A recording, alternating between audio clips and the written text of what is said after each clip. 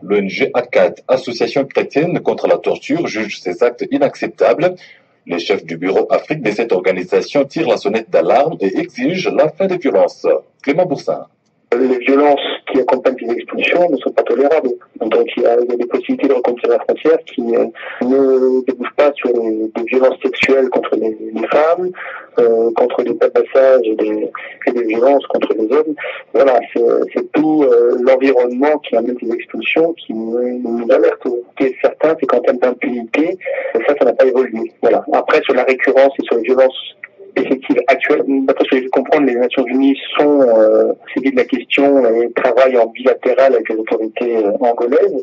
Elles font également de même, j'imagine, avec les autorités congolaises, mais en tout cas, effectivement, il n'y a pas d'éléments rendus publics. On se désole parce qu'on aurait souhaité que des rapports puissent être rendus publics, parce que c'est des zones qui sont peu accessibles. À ma connaissance, il n'y a que le médecin du monde de Belgique qui, du côté congolais, pouvait venir en aide aux victimes. On fait des rapports. Il y a eu un rapport l'année dernière qui a été publié, qui est très intéressant. Depuis lors, je crois que leur travail continue, mais ils n'ont pas de nouveau publié d'éléments sur cette question. Bon, nous, on continue à demander que l'arrêt des violences, c'est une politique migratoire qui soit respectueuse des droits de l'homme, donc une politique migratoire qui est consentie aussi bien par l'Angola, ses pays voisins, donc la RDC. Il faut également des sanctions contre les auteurs de violences. Donc c'est pas fait. Donc effectivement, la lutte contre l'impunité est primordiale. Or, à ce jour, les violences qui ont été commises depuis 2003 jusqu'à nos jours n'ont pas fait l'objet de véritables enquêtes indépendantes et impartiales, ni de sanctions, ni de procédures judiciaires contre les éléments des forces de sécurité angolaises qui ont commis ces méfaits. C'est crimes graves. Et malheureusement, c'est un sujet qui est peu débattu, qui est peu connu, et qui ne fait pas l'objet effectivement de la part de la communauté internationale. Une grosse pression, ça passe un peu après oubliette par rapport à d'autres sujets également très graves sur le continent. L'actualité, c'est aussi cette plainte en cours d'élaboration contre les sociétés de télécommunications opérant en RDC et les responsables des services de renseignement. Plainte de certains leaders de l'opposition dont les numéros ont été bouchés il y a près d'un mois. Ces opposants dénoncent une entrave à la liberté des communications. Jean-Claude Wemba est l'un de ces leaders de l'opposition dont le numéro de téléphone principal a été bouché. Nous avons consulté les services de RTL, Vodacom, Tigo, Orange, ainsi qu'Africell. Ils ont reçu une correspondance d'un responsable en date du 20 janvier pour qu'ils puissent boucher tous les numéros des opposants que nous sommes. Et alors, à partir de ce moment, ils ont laissé le message. C'est pour cela que nous disons tout simplement ceci. Ce n'est pas le ministre de la Justice qui a demandé qu'on bouche les téléphones des opposants. Nous n'avons reçu aucune saisie du ministère de la Justice. D'ailleurs, en ce jour, s'ils peuvent nous montrer la lettre du ministre de la Justice. Tout ça, c'est du archi-faux. C'est pour cela, pour que la culture de la démocratie puisse pénétrer dans ce pays, nous, responsables de l'opposition, qui ont été bouchés à travers nos téléphones à la date du 20 janvier 2015, nous avons fait plainte contre tous les opérateurs de télécommunications. Ikamona Mabele, Bakosuka. Allez, peuple congolais, la mouka. Un jour, un problème de gestion et de traitement dans ces centres hospitaliers. À l'origine, le décès d'une étudiante, mère de 3 enfants, qui est morte la nuit du 14 au 15 février après avoir bu du formol alors qu'elle avait demandé de l'eau au personnel médical. Une commission d'enquête a été mise en place. Face à cette situation, les gestionnaires de cette institution hospitalière semblent opposés au contrôle. Il a agressé un membre de la commission d'enquête. Détail Pascal Kapalaï. Les enquêtes sont déjà ouvertes pour recueillir les informations administratives et médico-techniques relatives au décès de cette femme, épouse d'un diplomate angolais, Kombadjeko, président de l'Association nationale des infirmiers du Congo, ANIC, qui a quelques membres dans cette commission, parle de cette commission. Le ministre de la Santé a mis en place une équipe d'enquête. Il y a aussi 3 infirmiers qui vont faire partie de cela, pour les savoir de quoi est morte cette femme-là. Parce que c'est pas normal, quelqu'un qui est venu pour un examen, je peux dire même banal, et ce soit avec un cas de décès, l'hôpital prétextant que cette femme aurait bu du formol, et pourtant tout le monde sait que tu ne peux même pas approcher le produit formol de ton visage, parce que c'est un produit piquant. Mais nous dénonçons particulièrement cet acte-là. L'ANIC, Association des infirmiers du Congo, dénonce l'agression dont a été victime l'un de ses membres et exige réparation de la part des gestionnaires indiens de l'hôpital du Cinquantenaire, Kombadjeko. Madame Odette a été invitée au nom de l'association pour faire partie de l'équipe qui devait aller s'enquérir du cas du décès de cette dame dans cet hôpital. Et en posant des questions, en voulant bien connaître la situation, il y a eu des échauffourées, il y a eu des discussions, il y a eu des contre-vérités. Et dans tout ça, c'est notre collègue infirmière qui est sortie avec un coup à la mâchoire, avec une tuméfaction, avec des difficultés de mastication, parce que le coup était très fort. Vous voyez, le médecin était c'est un géant. Il a donné le coup à une femme infirmière. C'est pourquoi nous dénonçons cet acte-là et nous la condamnons. Nous exigeons que réparation soit faite. À cette occasion, le directeur national des sciences de la santé, Kombadjeko, remet en cause la qualité infirmière du personnel de l'hôpital du Cinquantenaire. Je sais qu'il n'y a que les gestionnaires de cet hôpital qui connaissent réellement que ceux qui travaillent là sont réellement des professionnels.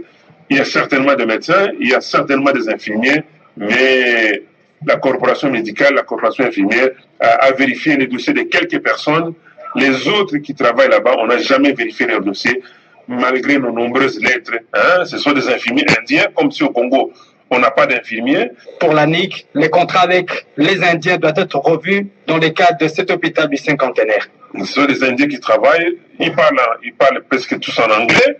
Les malades parlent le lingala ou français. Je ne sais pas comment ça se passe. On ne peut pas sacrifier les malades parce qu'un gestionnaire indien soit-il puisse porter la main sur les personnels qui sont envoyés par le ministre parce qu'ils ont même agressé le ministre de la Santé. Donc, nous ne demandons pas la fermeture de l'hôpital. Vous l'avez entendu, le ministre de la Santé a même été agressé. Et la mission d'enquête dure 15 jours.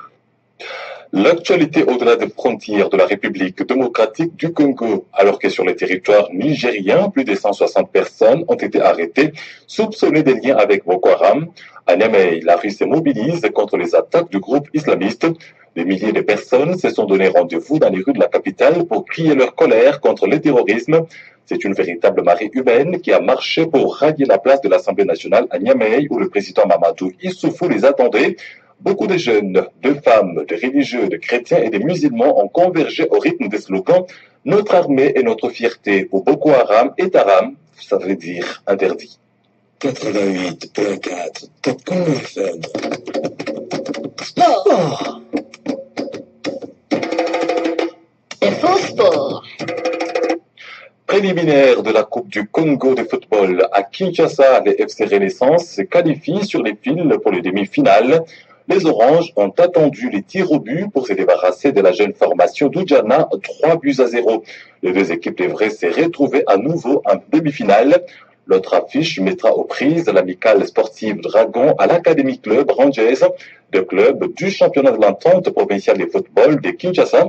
Ces quatre équipes visent l'unique ticket en jeu pour la phase finale de la Coupe du Congo de football. Entre-temps, Dieu merci, Mbokani Bezoa, satisfait du travail abattu lors de la CAN 2015 par les staffs techniques de Jean-Florent Ibengue, l'attaquant international congolais, co-meilleur buteur de cette CAN avec 3 réalisations, revient sur son intégration au sein du groupe des Léopards. Lui qui a manqué tous les matchs des éliminatoires suite à une blessure. Il est au micro de Thierry Kambondi. Je voulais pas parler parce que tu sais, parce qu'il y avait des problèmes, tu vois. Ils ont dit, moi, être tu sais. Là, je peux pas parler ici, tu sais, c'est pour cela, moi, je voulais pas parler trop, tu vois. Moi, j'étais tout le temps à mes côtés, tu vois, avec mes amis, tu vois, j'étais calme. Moi, je voulais d'abord déconcentrer sur le terrain, c'est pour cela que je fais comme ça aussi. Ouais. Sinon, avec le coach, avec le staff, ça s'est très bien passé, vous êtes satisfait? Ouais, ça se passe très bien avec tout le monde, avec le coach, avec les coéquipiers, tu vois, ça se passe très bien. Vous êtes satisfait du travail du staff technique local Banamboka? Oui, moi je crois que c'est un très bon entraîneur. Il mérite aussi, parce que tu l'as vu avec Vita Club, avec l'équipe nationale, il mérite aussi. Pour moi, c'est un très bon entraîneur. Qu'est-ce que vous souhaiterez qu'on améliore? Est-ce que vous parlez au coach? Qu'est-ce qui doit être fait pour que l'équipe demain gagne? Parce que l'objectif en 2017, c'est le titre. Moi, je vais dire de travailler comme ça, comme on qu'on a fait ici à la préparation. Et ça, c'est le choix de l'entraîneur, celui qui va décider pour l'amélioration de l'équipe. Bon, pour moi, c'est le travail seulement sur le terrain. Tu t'es bien intégré à l'équipe. On a dit qu'avec Bolassi, ça ne passait pas très bien. Non, ça passe très bien. Moi, avec Bolas, tu vas à l'entraînement, comme on joue ensemble, ça se passe très bien. Un dernier mot au Congolais. On t'a beaucoup critiqué, puis tu as été élevé après avoir marqué 2 buts. Hier encore, tu as marqué. Un dernier mot par rapport à cette CAN, par rapport à la nation.